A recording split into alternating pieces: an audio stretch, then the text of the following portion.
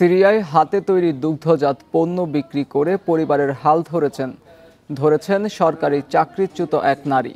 ছোট ব্যবসা থেকে ৩ সন্তানের মৌলিক চাহিদা মেটানোর জন্য যথেষ্ট আয় করেন রুবা আল তানাখির। শত প্রতিকূলতা সত্ত্বেও লক্ষ্য অর্জনে দৃঢ় প্রতিজ্ঞ ৩০ বছর বয়সী এই নারী। এই ঈদে জামা জুতো অ্যাক্সেসরিজের ডিসকাউন্ট।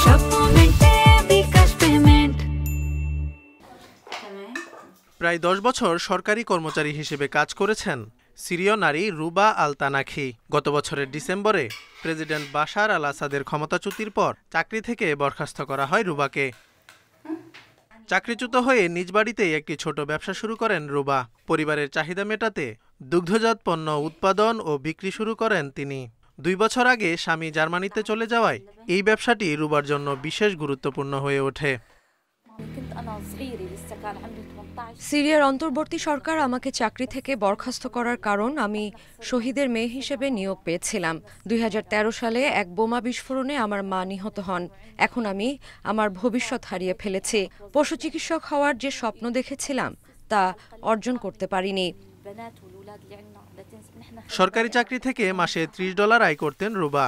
এখন ছোট ব্যবসা থেকে 3 সন্তানের মৌলিক চাহিদা মেটাতে যথেষ্ট আয় হয় তার। শত চ্যালেঞ্জ সত্ত্বেও লক্ষ্য অর্জনে দৃঢ় প্রতিজ্ঞ রুবা। আমি আমার শিক্ষা হারিয়েছি, চাকরি হারিয়েছি, কিন্তু পরিবার ও সন্তানদের মঙ্গলের জন্য লড়াই চালিয়ে যেতে চাই। আমি মনে করি এই বিষয়ে আমি সক্ষম এবং যথেষ্ট শক্তিশালী। শত বাধা পেরিয়ে এগিয়ে যেতে চাই।